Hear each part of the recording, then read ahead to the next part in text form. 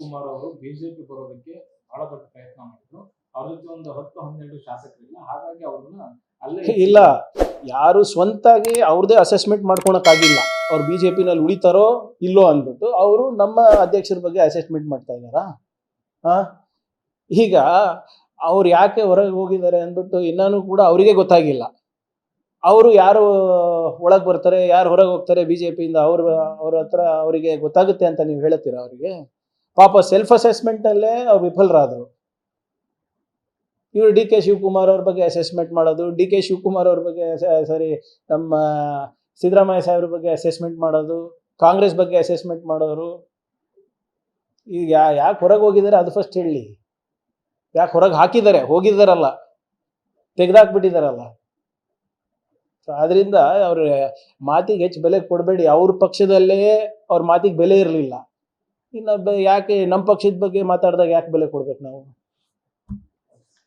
Thank you. Kumar ಅವರು BJP ಬರೋದಕ್ಕೆ ಬಹಳ ದೊಡ್ಡ ಪ್ರಯತ್ನ ಮಾಡಿದ್ರು.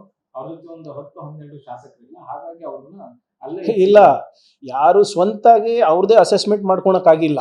ಅವ್ರು ಬಿಜೆಪಿನಲ್ಲಿ ಉಳಿತಾರೋ ಇಲ್ಲೋ ಅಂದ್ಬಿಟ್ಟು ಅವರು ನಮ್ಮ ಅಧ್ಯಕ್ಷರ ಬಗ್ಗೆ ಅಸೆಸ್ಮೆಂಟ್ ಮಾಡ್ತಾ ಇದ್ದಾರಾ? ಈಗ ಅವ್ರು ಯಾಕೆ ಹೊರಗೆ ಹೋಗಿದ್ದಾರೆ ಅಂದ್ಬಿಟ್ಟು ಇನ್ನೂ ಕೂಡ ಅವರಿಗೆ ಗೊತ್ತಾಗಿಲ್ಲ.